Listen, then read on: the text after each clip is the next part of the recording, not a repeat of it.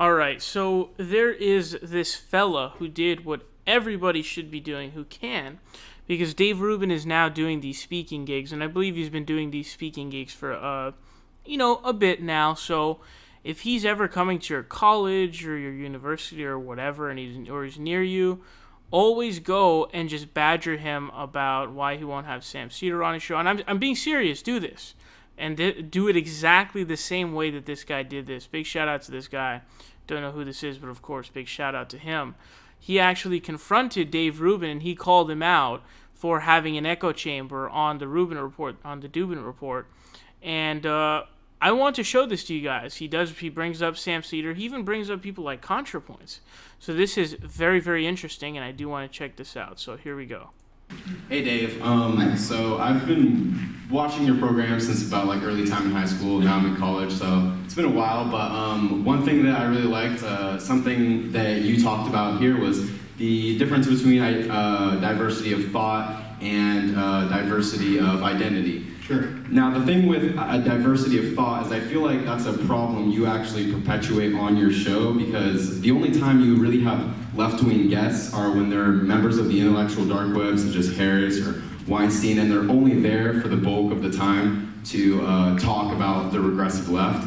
And so I pretty much wanted to ask you, why won't you have Sam Seder on? Yeah, he's recording it too. Okay. Yeah, I mean, the guy's he's just a dishonest player who's just lied about me repeatedly. I'm not going to do it. So would you be willing to have Natalie Wynn of ContraPoints or David Pakman or Kulinski? All of these are progressives who have... I'm not, in principle, I'm not against having any of them, but I'm not going to have people that attack me personally. I think it's pretty obvious if you watch what I did up here. I don't attack people personally. I'm happy to talk about ideas. You're going to go after me personally, you're going to lie about me and slander me and things like that. It's just not the game I'm playing. There's no win in it for me. I have a certain set of rules when it comes to talking to people and how I sort of behave as a public person. And if you don't have rules, I'm just not that interested. But also, I think your premise is actually wrong. If you were to look, and someone did break this down on Facebook, I don't know how many shows I've done, maybe 500 interviews, something like that. Most of my guests actually either were lefties or are lefties to some extent. So it's you can say, well, Harris and Brett Weinstein, who considers himself deeply progressive, who was a professor at Evergreen State, the most lefty college in the United States. You could say, well, he's not a progressive anymore. Well, if he's not a progressive anymore, it's not because he moved, actually. It's because the left went bananas. So Eric Weinstein, who voted for Bernie Sanders, you can't tell me he's not a progressive. My guest 2 weeks ago, Nick Christakis, he considers himself a liberal. He's an old school liberal. So I think I don't know if there's a show that has a sort of wider net. I've actually never seen it, but as long as someone's respectful, I'm more than happy to talk to them. I'm sure that Sam Seder will be more than willing to have a respectful discussion, but my point was not to discredit the progressiveness of either of them. I just wanted to say that I think you should have more people on the left that you would consider to be a part of the regressive left on your show. That's all.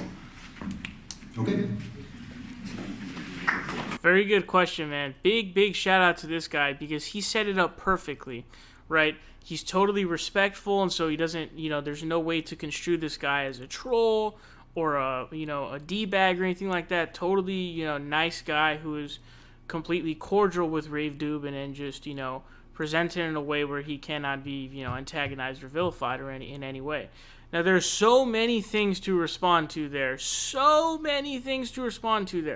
The first thing we're going to do here is he said basically that, I'm not going to have on anybody who is dishonest or who lies about me or who does personal attacks. And everybody knows how hilarious this is coming from Rave Dubin, of course. Now, the quote personal attack was that it wasn't even Sam Seder, it was Michael Brooks who did a video calling him stupid, which, big whoop, oh my gosh, you're so triggered, aren't you? You snowflake. So it wasn't even Sam Seder, so the guy was all about individualism, I guess. Doesn't really work there. And Sam Seder took the video down and apologized to Dave Rubin. So what he was obviously doing there, if you have two brain cells to rub together and you're an honest actor, you know what Dave Rubin was doing there. He was trying to construe an excuse to not have to do the debate. That's what it was, obviously. Now, let's look at a couple of examples here. Now, this is the biggest one, okay? And this alone, because I do have another example on hand, and technically a couple of other ones too. But this is a video I uploaded. This is a clip from his interview with Ben Shapiro. And he literally calls the ideology of progressivism a mental disorder. So, as I told you before we started, and I hinted at here, so I came from the progressive world. I now view being progressive basically as a mental disorder or something. But I consider myself classic liberal, which really is conservative in a lot of respects. It's libertarian, essentially. Yeah, it's technically defined as conservative. Let's hear that I told you one before last we time. started, and I hinted at here. So I came from the progressive world. I now view being progressive basically as a mental disorder or something. Okay, so right there you hear him blanketly saying that progressivism is a mental disorder, and therefore everyone who whatever the hell it is whatever the hell you deem is progressive is a mental disorder. Therefore the people who have the ideology of progressivism are essentially they're mentally ill, right? Now, I honestly am not even really offended by that. I think it's just obviously a dumb comment. I don't really care. And so I would never be like, I'm never going to speak to Dave Rubin because he has no rules. He does personal attack. And, like, that's not something to do because that's just, like, a bitchy, whiny, just, like, dumb type of thing to do. So, this is more really to point out his hypocrisy here because, people would be, more than willing, people like Sam Seder and David Pakman are more than willing to speak to him despite his personal attack, which is breaking Dave Rubin's own rule here. So the point of bringing this up is that he literally just blanketly called all progressives mentally ill. That's what he did right there. So he personally attacked everyone. Now here's another one we have actually. Someone posted this to Reddit. Don't know the username, I forgot. But here's a tweet from Rave Dubin back in 2018. He said, "Hey Jack, you're an embarrassment to journalism, and that takes a lot these days. Come on my show and I'll show you what a real liberal is. Or better yet, you and Jordan Peterson face to face. I'll pay for your flight, hotel, and all the soy you can drink." So, trying to basically say that he's like a soy boy or something, like that tired joke at this point, calls him an embarrassment to journalism. So you're basically calling him a crappy journalist and calling him a soy boy. So just personal attack after personal attack. And you're trying to get him on your show. But I thought, if we're to steel man your argument and to take your position, Jack Smith the fourth would not come on your show because you broke your own rule. You broke your own rule. So clearly you're just a massive hypocrite. And we've seen he's been inviting Bernie Sanders on for a long time because he wants to make it look like, oh, I will have progressives on, but they just won't come on. He sent out that tweet adding a bunch of added Bernie Sanders, Elizabeth Warren, Michael Moore, all these different guys and girls, and added them saying, oh, I need some progressives who will be civil, which is hilarious. Because as we all know, Bernie Sanders isn't going to stop during his campaign to come on the Dubin Report. That's simply not going to happen. So this guy's a complete liar and a fraud. Obviously, that's a surprise to nobody with any brain cells to rub together, even, two. But this is obviously a fake, a sham, and just a bitch move to get out of actually having the goddamn conversation. Now, he made a stunning comment, an absolutely stunning comment, you guys. He said that if you look at his channel, most of the guests are left-wing. That is a take that should get you sent to a gulag. That's how false that is. That's like saying, I can't even think of a good example, but just look at this, man. Look at this. Seriously, just take a look. Coming out as a conservative, Rob Smith, full interview. This, two more of them. Black, gay, and conservative. Dude, he brought on James O'Keefe, the known liar, and the guy who's a smear merchant. This guy, the dude who's the Project Veritas guy, he brought him on. I don't even know who this guy is. I don't know what his thing is. I don't even know what he's really talking about.